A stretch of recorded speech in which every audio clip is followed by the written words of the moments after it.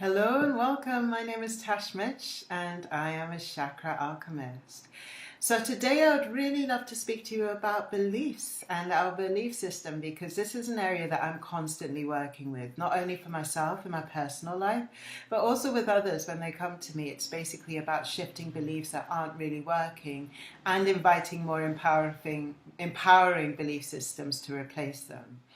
But there are some beliefs that can be a bit of a bugger to shift. And so basically we'll find that we might shift something that we believe in that isn't serving us. And then it comes up and it shows up again in a different guise, in a different form. One of the reasons for this is the principle of compensation. And for me, as being a chakra alchemist, one of the areas that I really actually find elegant to work with is the principles of alchemy. The principles of compensation says that whatever happens on one level of our existence happens on all the levels of our existence. And we have 4 levels of existence. The first one is our mental plane, is the way that we think, our thoughts. The second one is our spiritual plane. It's our energy. It's our, spirituality, our higher self. The third plane of existence is our emotional plane. So it's actually our feeling, how we feel about things. And then the fourth level of existence is the physical plane. It's basically how it shows up for us in physical form. So let's take the example. I want to be a successful artist, let's say. For me to actually have that thought and that thought to really follow through, I have to feel that I'm going to be a successful artist. I have to think in terms of being a successful artist. I have to have that energy that is actually pulsating through me, that's saying to me, I'm going to be a successful artist. And I have to actually have physical representation of what a successful artist is in the outer realm. If that's not going on for me, if any of these planes of existence isn't working out, so let's say, for example, I'm saying to myself, I want to be a successful artist, but my vision of a successful artist is a starving artist, so I don't have a vision of successful artist. And whenever I think of the feeling element of being a successful artist, I keep sort of like flittering and fluttering between, I would love to be a successful artist, but there's a starving artist. I'd love to be a successful artist, but there's a starving artist. For me to actually be a successful artist is either not going to happen, because I will get so tired of the back and forth of everything that's going on with that, or I'd actually have to really address that level of success as a successful artist on all of these planes of existence. I'll have to get my thoughts right in terms of being a successful artist. I'll have to get the feeling, the emotional element of being a successful artist really deep in my being, so I actually feel it within myself that this is something that's going to happen for me. I would have to be able to see it, so I'll have to surround myself with all different elements of what successful artistry represents for me in the world.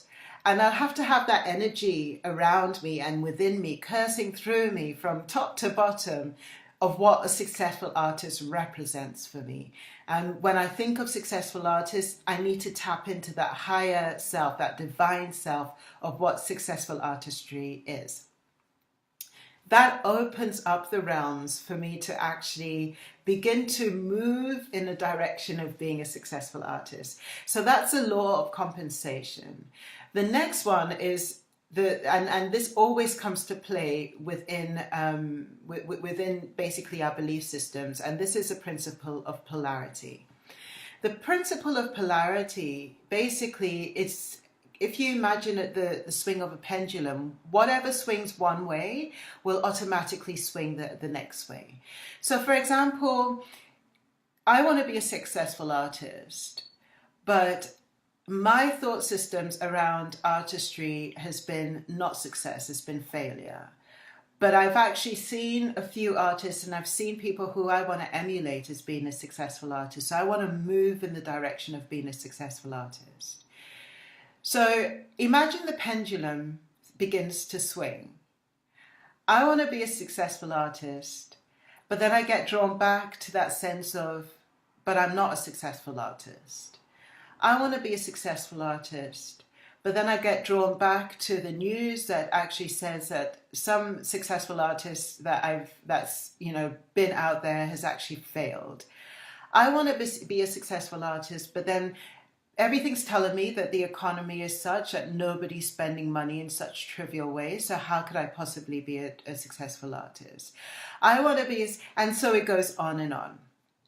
For us to really actually move in the direction of the success that we desire, we have to be aware of the pendulum swing on the other side and always be really moving again towards that sort of success element. So whenever we get drawn back to why we're not going to be successful, we then switch the thought, we change the thought, we switch our perspective and move back to what we're heading towards.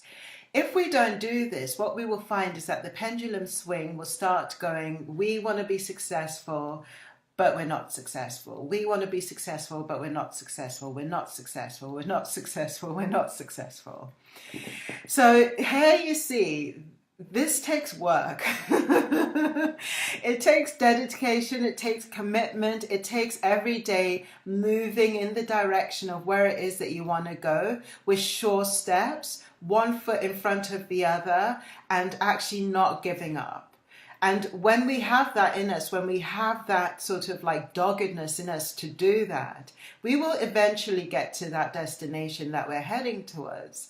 But if we don't, if we are sort of like swinging, and if we haven't taken care of the principles of compensation, so we're actually across the board moving in that direction, then there's going to be issues. So this is just food for thought.